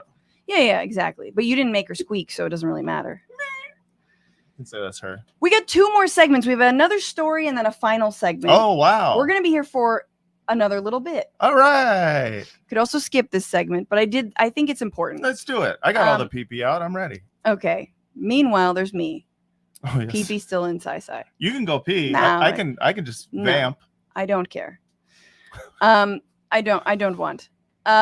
So Republicans in Florida are showing their whole buttocks lately. They're showing whole. They posted whole. Not that kind of whole. Oh, okay. But they're showing their whole ass because as the state tries to recover from Hurricane Ian, which has been the footage is insane. It is terrifying. And yes, the part of me that secretly wants Florida to politically slip into the Atlantic, metaphorically and politically. Metaphorically, just go bye-bye, is happy. But of course, there's great people in Florida and a lot of pets who need help. And I stand all the pets that survive hurricanes and all the ones that don't, RIP, and all the people. But I digress. The point is that Republicans are showing that they love hurricane relief when it happens, and it's for them. And it's for their red state, but they fucking hate it if you live in a blue state, and they will absolutely wield it strategically and politically against you. And case in point, you've got Marco Rubio, who voted against Hurricane Sandy relief and back in, 2014?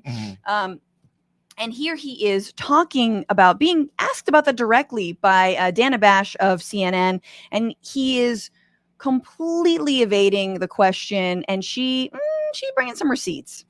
Senator, you wrote a letter Friday to the Senate Appropriations Committee asking for disaster relief dollars for desperately needed resources to rebuild Florida communities.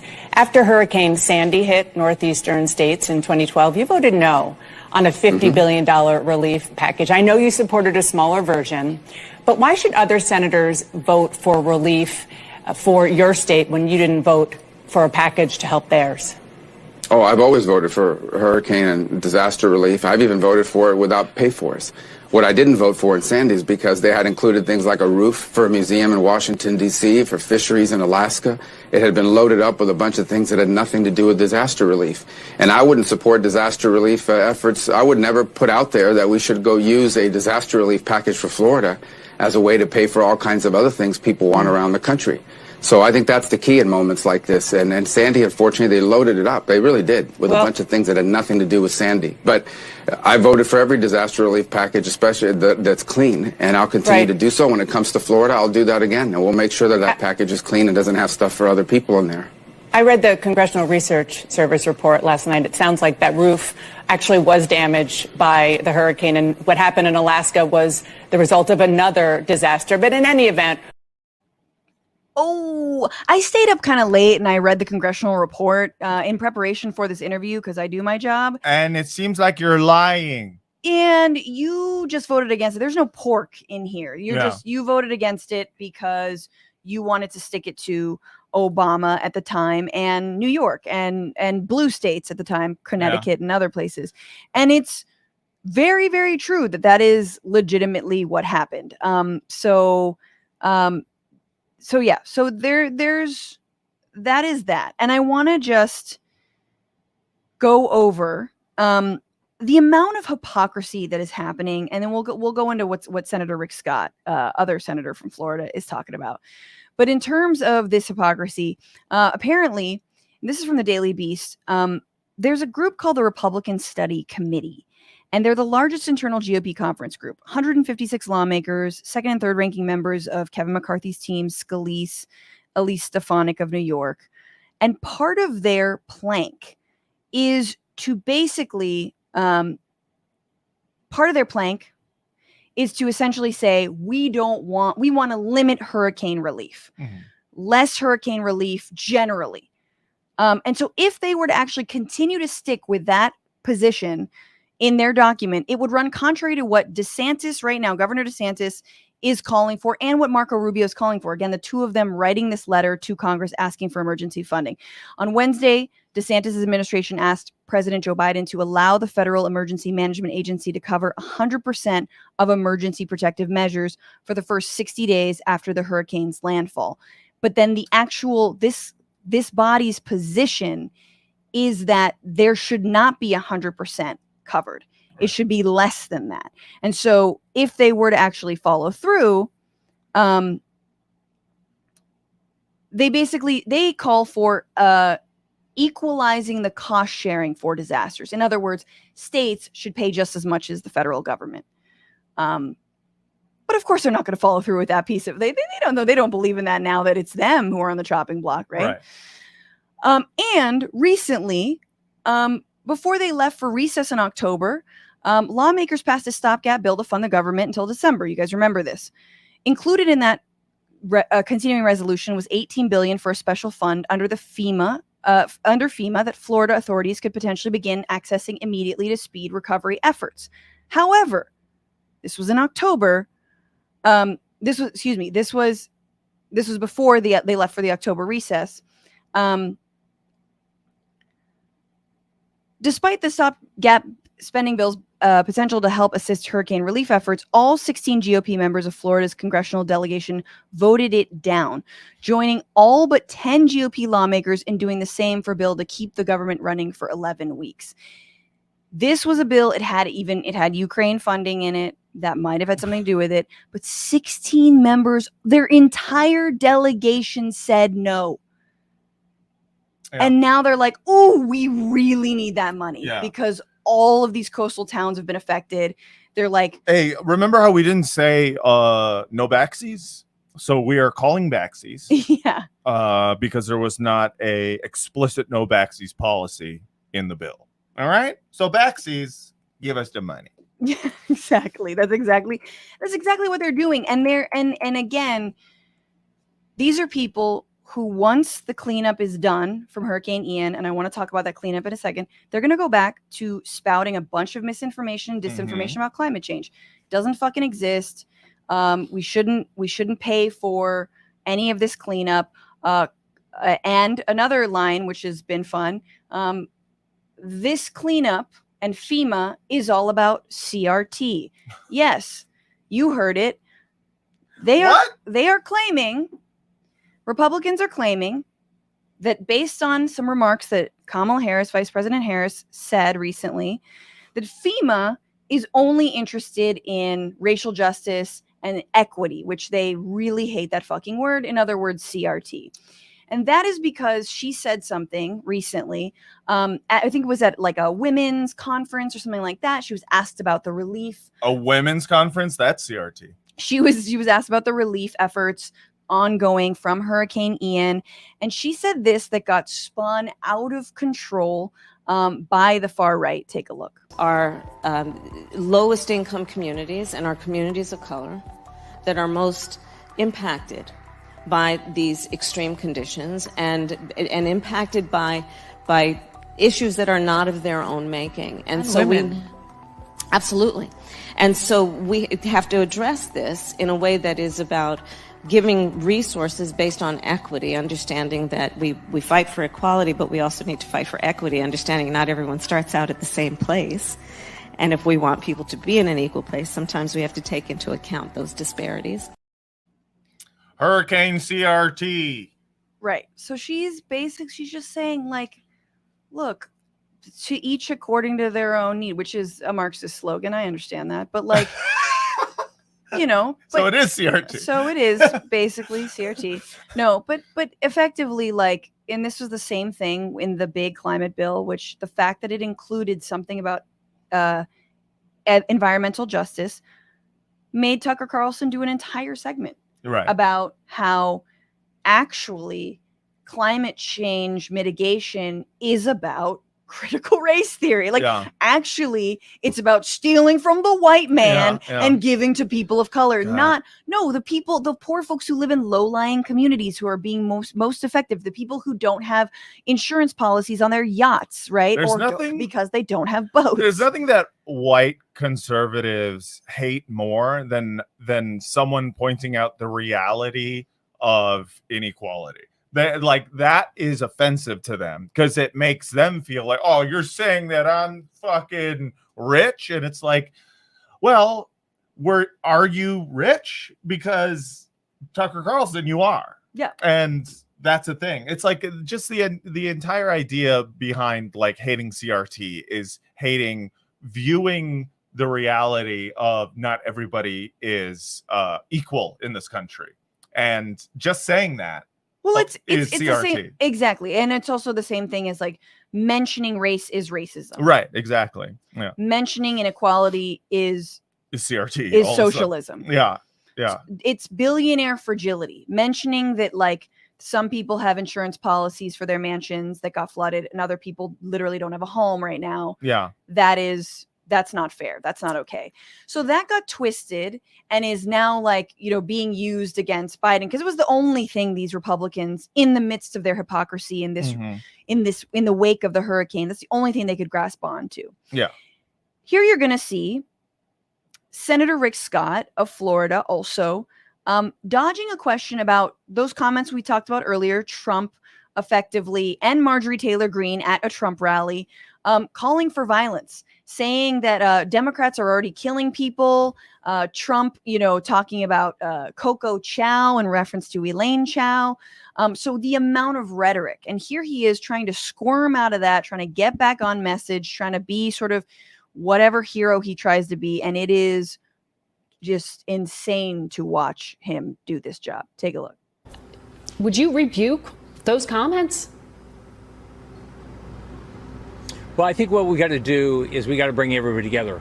I'd also say that what Vice President Harris said yesterday, that or day before yesterday, that if you have a different skin color, you're going to get relief faster. That's not what the Vice President said. So I think what we've got to do. That's not what the Vice President said. She talked about equity exactly and the problem within FEMA. But I'm specifically asking you about Marjorie Taylor Greene and President Trump. Wait, Margaret, let's make sure. FEMA has to be colorblind. Sir, you're talking about substance, and I would love to talk to you about that. But what I quoted you was a phrase saying McConnell has a death wish. He said racist things about Elaine Chao. And then they have already started the killings. I mean, that's not a policy dispute, Senator. The language is what I'm talking about. Isn't that dangerous? I think we all have to figure out how do we start bringing people together and have a common goal to give every American the opportunity to get a great job, their kids to have an education they believe they can be anything, and make sure everybody lives in a safe community. That's what I do every day, and I try to bring people together to do that. And you would agree that that language doesn't bring people together? I believe that what the President Trump was talking about is the fact that we can't keep spending money. We're going to hurt our poorest families the most with this reckless Democrat spending, and we got to stop it. We can't cave into their spending. Except when it comes to bailing out Florida, a red state, from a hurricane that has nothing to do with climate change. You gotta stop spending money on people who are not going to vote for me. You gotta exactly. stop spending money. It's not good for the low and middle income families who like me. Mostly for me, it's not good for me. It's me. only good for the people who think that I look like White Skeletor. Yeah. And but those are not my what about those constituents. comments? Do you condemn those comments or condone them? Well, I'm going to pretend I haven't heard that and say, once again, we all got to come together. Coming separately is the problem we've had historically in America. I think when people get in a circle and start coming together and seeing, who can come first. Mr. Scott, let me finish. Let me finish. Uncalled for at this joint. This is a primetime show. Let me finish. They come together in a circle, and there's a cookie in the middle. Some people call it a biscuit. America. And how would that at all mitigate the impacts of hurricanes? Margaret, I'm not going to or help the people of Florida, of your state. Here and argue basic American history, but I know in history when Americans get together in a circle and they come together. Is this cookie edible? Let me finish, Margaret. Because the people need desperate food aid. Yes, well, this is what I'm talking about. The last person who comes on the cookie has to eat it. Okay? So I think when America does that... This interview is over. America's at its best. Cut his mic. Rick Scott, 2022. It's a great interview he gave, I think. I think he's got a future. That's the most velociraptor-looking motherfucker currently serving in Congress, and I can't imagine why anyone would vote for him. His eyes look like they got sucked back by Vecna. I hope you all send this. If you have Republican family or friends in Florida, just please send it to them. Send them this bit we just did. No, don't send them. Well, just it's so. I'm so mad. Like I don't ever want to hear a Florida Republican talk about climate change not existing or talk about a blue fucking state or spend $12 million trying to sending migrants in Texas to Martha's Vineyard. And let's talk about a little bit about that. The final piece of all this that y'all need to know. This has been reported by the Daily Beast, I believe. So I haven't seen it corroborated by other places, but it does not surprise me. And yes, there are photos to go along with it, but it appears that migrants, specifically from Venezuela, are being recruited, no, not in Texas to go to Martha's Vineyard for jobs that don't exist, but being recruited in New York City for a job that does exist, which is hurricane cleanup in Florida. I'm not making this up. So migrants This is from, according to the Post, excuse me, that's why I was like a little dubious. Yeah. New York City migrants pile into the vans they say are headed to Florida for Hurricane Ian cleanup. Migrants had scant information about whom they would be working for, but they still piled into vans in Queens that said they were headed to the Sunshine State over the weekend. They want us for hurricane cleanup. We get paid $15 an hour overtime and $15 an hour for food daily. Excuse me, $15 for food daily, I think, said Javier Moreno, 37, noting that a woman named Camilla from an organization approached him with a flyer. Now, if you guys are thinking, gee, I remember that woman Perla, who also had a flyer that Roy Wood Jr. on this show called one of those used condom flyers that you see at the clinics. You might be like, maybe these are the same motherfuckers. In fact, who knows? We don't know, it sounds really similar. But this actually might be a real job. There's a little bit more on that. Gregorio Avila, 22, said he came from Venezuela and entered the U.S. through Texas before being bused to Gotham. Because again, Greg Abbott is busing a lot of migrants to blue states like New York. Texas officials have been sending thousands of migrants who illegally cross the border before seeking asylum to Democratic cities in New York. That's exactly what I just said. A rep for FEMA told the Post on Sunday the agency is not involved. A spokesperson for Mayor Eric Adams said City Hall was not involved in the transport of any migrants. Florida officials did not return requests for comment. And like I said, there are some neighbors who've seen buses and vans being loaded up with migrants. Who took pictures of it. One woman actually brought pizza out to them, according to the Post, to be like, because they were waiting there all day. Motherfuckers are relying on the same migrants they used as pawns for to a political stick stunt. it to Biden and Kamala Harris and whomever the fuck they think is at Martha's Vineyard that gives a flying fuck. To then lure them back in order to actually do cleanup work for $15 an hour. Yeah. Insane hypocrisy. Disgusting shit. Utterly disgusting. Oh, suddenly now? Oh, I'm sorry. Did you need so-called unskilled labor? Yeah, right. To help you with shit that you don't want to do? Yeah. Wait, why don't you, I'm sorry, ask all those people you say they're stealing the jobs from? Why don't you ask them? Ask them to do it. Oh, is it because you're full of shit? Is it because you're full of shit that those kids? I love it when they're like, McDonald's is filled with like all these illegal immigrants, and my son, he just wants to get a job there. He probably couldn't get one, and it's like your son is literally on fentanyl right now, and he is playing Call of Duty and he's saying racial slurs. I guarantee you, he does not want to work at McDonald's. And you know what? You're not going to make him. Because you're a bad dad. That's my Matt worked at McDonald's. I worked at McDonald's because I had a good dad, and it was a fun time.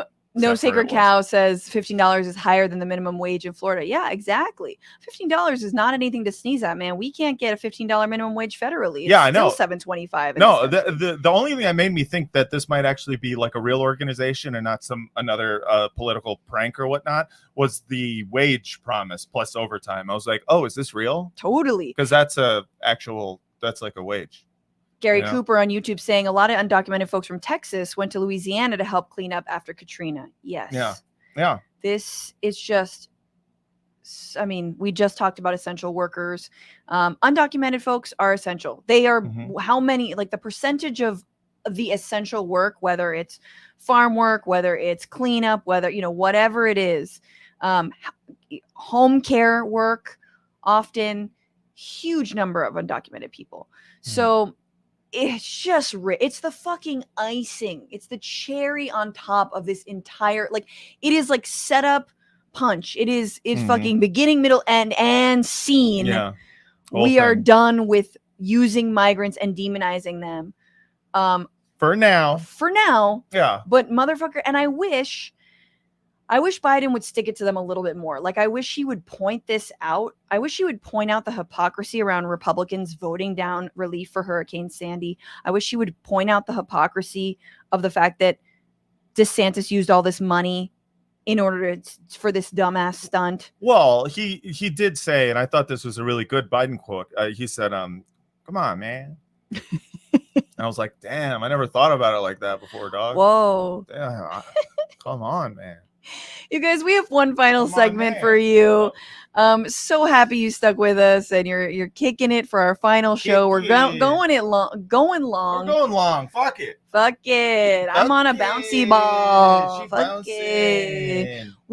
Okay, obviously the midterms are coming up. I won't be around to commentate on them as I would like. I may make a little surprise appearance on TYT. We'll see, or maybe just for you good people. Yeah. Because we can never stop making content. We can never stop making content. Forever and ever. Must have we're an making opinion. content, and I will love you. That was good. Thank you. Halloween's coming up. Obviously, the midterms are coming up, and it seems like a lot of Republicans specifically are pulling out some of their spookiest advertisements to drum up fear about their challengers in the race. And so I want to just a little smattering of my faves and getting you guys' thoughts on all of them. So maybe we can have a winner at the end. Who was the scariest? All right, so this is Scare Tactics.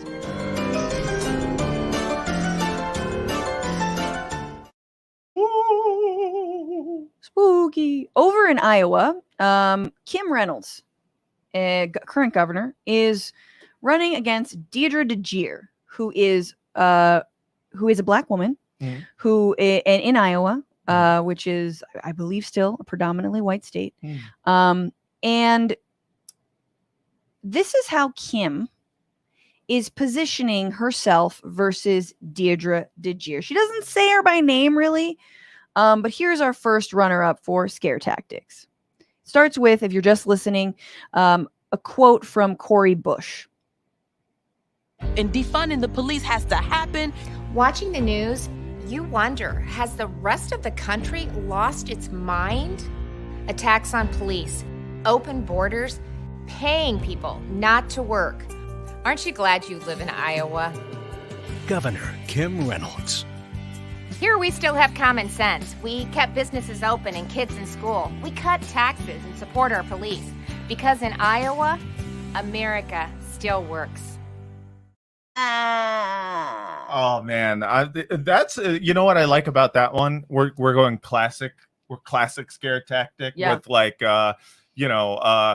black people want to defund the police and the borders are open and what welfare. Yes, yep. People are getting paid to not work. That's classic 90s conservatism. Yeah, but aren't you glad here in Iowa we've got demographics on our side? Yeah, exactly. And here I am at this little boutique coffee shop with some homemade candles in the back that are sold for $35 a piece. Anyway, here in wherever I am, I'm always inside of a Chico's. Yeah. And I'm always buying something. Here in this cornfield, we make sure that everybody works, even if they're injured.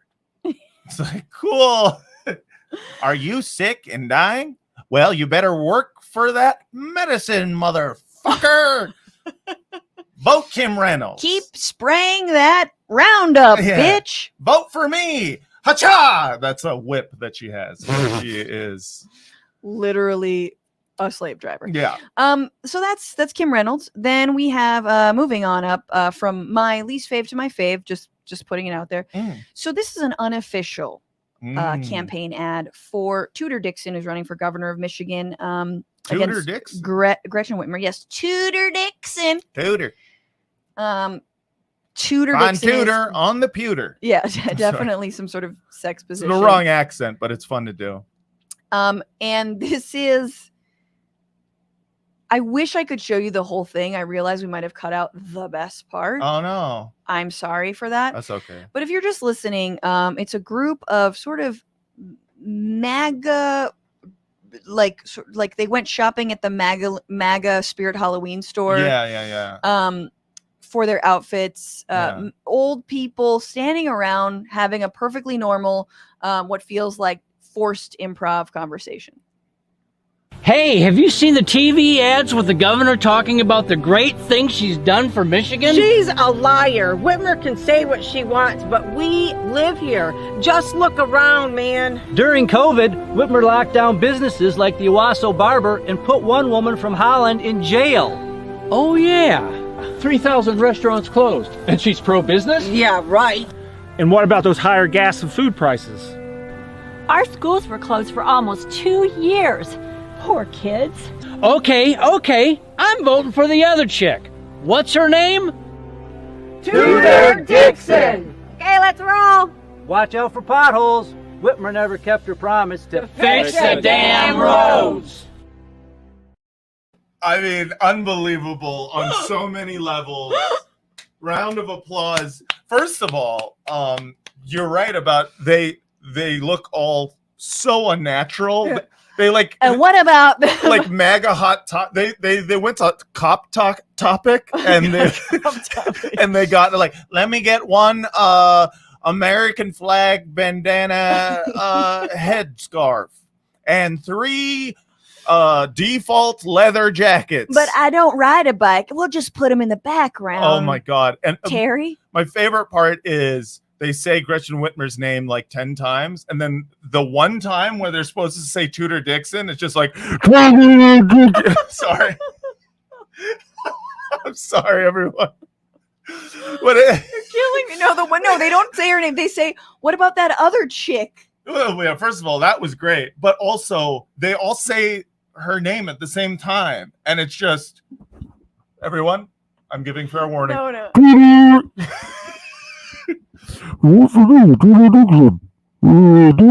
That is Tudor Dixon. And just like the amount of I thought if they reversing. did it loud, it would be good for the sound. Lesson learned. Oh God, watch out for them potholes. Just like, And fix but the damn Josh skateboarders on the sidewalk. I feel like this is what Josh was talking about in terms of, we need to make attractive, like campaign ads. Yeah, no, I mean, it helps. It has heart, head, and funny bone. And funny. Well, I think it's got those 3 things. Honestly, it does have those things. Like to me, I'm like, that is kind of a good ad, even though I mean, it won't be effective in that it doesn't. I don't know who that was for. Right. And there was like just the name of the Republican party in that particular region. But Right. yeah, that was incredible. So good. Oh my God. Okay, so we have 2 more. I don't know. That one maybe was even better, but this is short and sweet. Here we go. This is from Louisiana Senator John Kennedy. Here we go. Violent crime is surging in Louisiana. Woke leaders blame the police. I blame the criminals. A mom should not have to look over her shoulder when she's pumping gas. I voted against the early release of violent criminals, and I opposed defunding the police. Look, if you hate cops just because they're cops, the next time you get in trouble, call a crackhead. I'm John Kennedy, and I approve this message. Violent crime. First of all, down here in Louisiana. If Jim Crow were a man, that Yeah. would be me. Or- That's how I speak. I mean, this guy is fucking. He also went Is for Jim it. Yeah. Jim Crow's a literal crow. It was just like, hey, it's me. Anyways, laws are gonna be different now.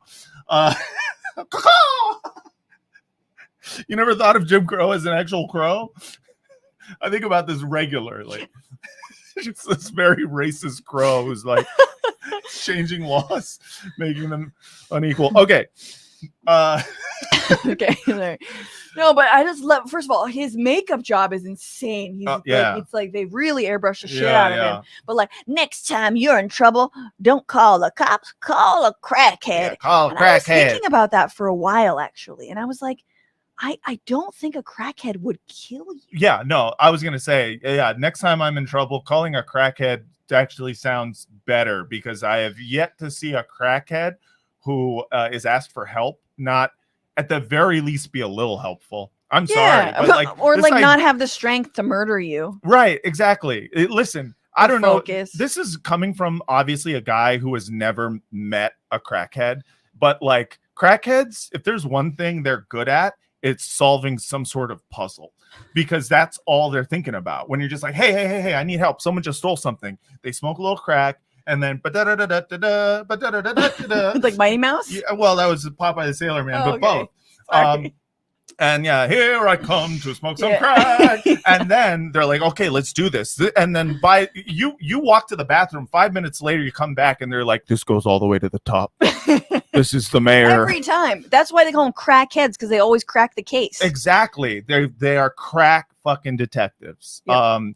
Yeah. And also like he's just like some people some people blame cops. I blame, and I was like, you want to say it. I know you want to say it. You want to say you're blaming black people. I blame the black criminals mostly. Lolly crab. I love that. Is definitely what a good racist Louisiana guy is. So funny to me. Well, I do declare. All right. By gumbo. We got one more, and this is so Dr. Oz has been attempting to hit back on John Fetterman's just incredible ad campaigns, which include a recent one comparing Dr. Oz to Dr. Nick from The Simpsons. So good.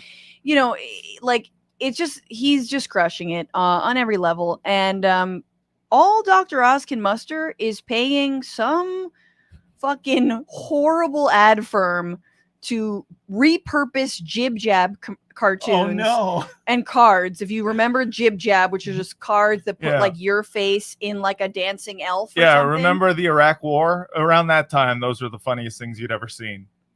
Mostly because the Iraq War things were pretty dark back then. Yeah. We laughed at whatever. We laughed at literally anything. So Quiznos commercials were funny to us then. Here is that attempt to just nail Fetterman to the cross. And prisoners free while borders overflow. Soon may the Fetterman come to bring us radical socialism. One day when the nation is done, we'll wish we'd told him no. Soon may the Fetterman come to bring us radical socialism. One day when the nation is done, we'll wish we'd told him no. Oh God, that is a little bit of a Planet of the Apes thing at the end, where it looked like the Statue of Liberty was just covered.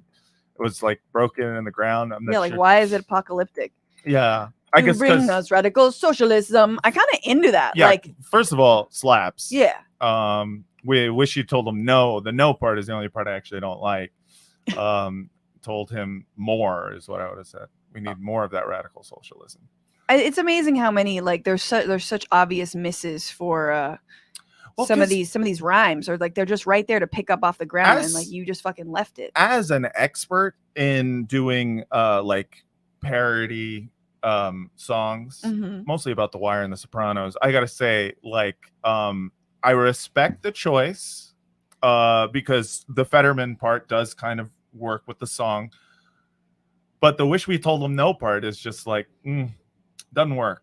And also soon may the Fetterman come to bring us radical socialism. I like that though. Yeah, I mean, I like the message and I like the music. Yeah, and I think the funniest thing about this is that's that song that everyone is doing on TikTok. That is like the sea shanty. That's what they're hoping will happen. Right. And I'm like, hey, I don't know if you guys know this, but your constituents, Dr. Oz, they don't know what the fuck a TikTok is. So really, they're just like, what's this song? They don't get the parody song. And trust me, as a guy who has done parody songs of obscure Panda Bear B-sides for the Wire podcast, people don't like when they don't know the reference song. All right? What's the biggest flop song you've had?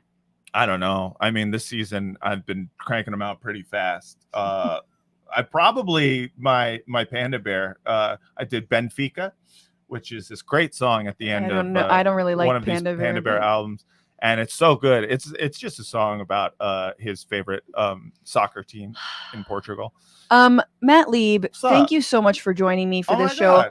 We're gonna take before we wrap, obviously read some comments, give some thanks out. Excuse me.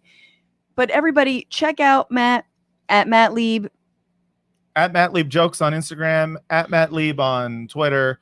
And if you like The Wire or The Sopranos, I do rewatch podcasts on both of those TV shows. Pod Yourself a Gun, Sopranos podcast. Pod Yourself The Wire, The Wire podcast. Yeah, check them out. Both are great. I've been on a couple. I've been on The Sopranos. Haven't been on The Wire yet. Well, we just started it. I know. I'm very excited. You will be on. And yeah, I wanted to. We just let you guys know we're gonna have a little bit of bonus about fentanyl. Yes. I'm gonna take a pee break. Yes. Then we're gonna talk with the patrons. Patreon.com/Bitchuation Room. All about rainbow fentanyl. It's going to be really good. I'm someone who's 13 years clean and sober, opiate addict. I have so much to say on fentanyl. It's going to be a lot of fun. But for now, thank you so much to everyone who's been here, who's been commenting, all the sweet things people are saying. Schmegley says, is this an anti-Fetterman ad? Exactly. Right. A. Risen said, it looks like a SNL skit. They cannot stop making the people they hate look cool in their ads, and I love it. Calm Like a Bomb on Twitch. Those are community theater rejects. Definitely. We're talking about the Tudor Dixon ad that nobody asked for, including herself. Yeah. No Sacred Cow. Thank you for the super chat writing in. CRT is a dog whistle. Is a dog shit dog whistle. I get it. Yeah. You did a dog a cow shit. Is that It's a bullshit. a bullshit? It's a bullshit dog whistle. Matt, you're so smart. I know my emojis. What can I say? Matthew Ball, I completely understand why these two are together. Such similar and awesome senses of humor. Oh, that's very because sweet. I'm hot is what they're saying. Yeah, he's irresistible. Oh. I don't know. I didn't sing it right. Diana Murray says, as someone in Fort Myers who still doesn't have power and an older dog with pneumonia, fuck all my reps. I'm so sorry, Diana. I really hope power comes back on, and I hope your dog is okay. I know. Hope puppy dry, and dry. Yeah, keep puppy dry and keep yourself safe and dry and happy.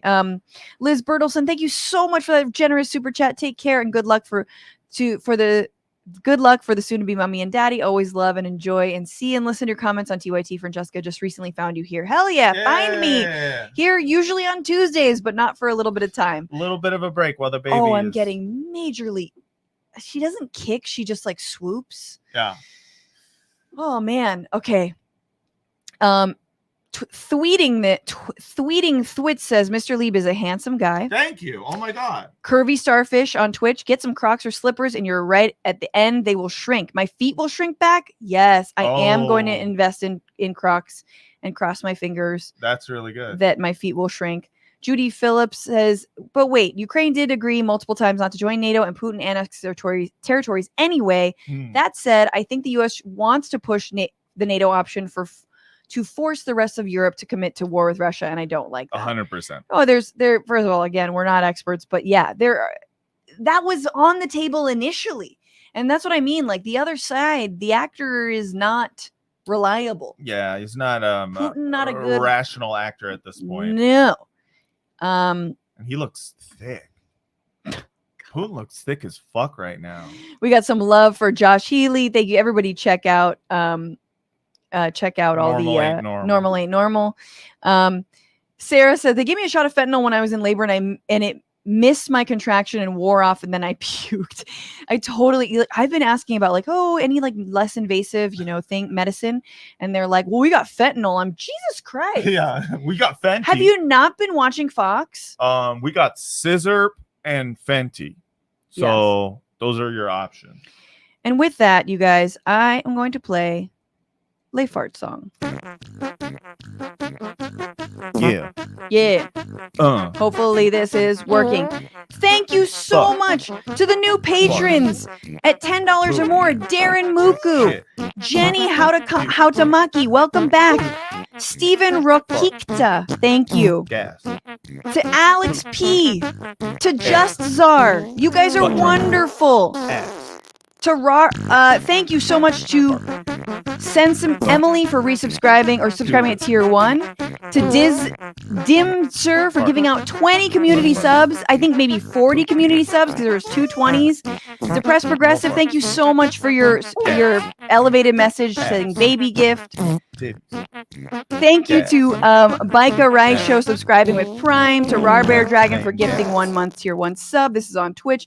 For Grandpa Dragon for resubscribing at 1 month tier 1. Writing, finally a way to end the climate emergency. Only problem, it sends us into nuclear winter. Yeah, exactly. Lloyd for subscribing at tier 1. Again, you've been subscribed for 6 months. Willie Gus for subscribing at tier 1. Thank you guys so much.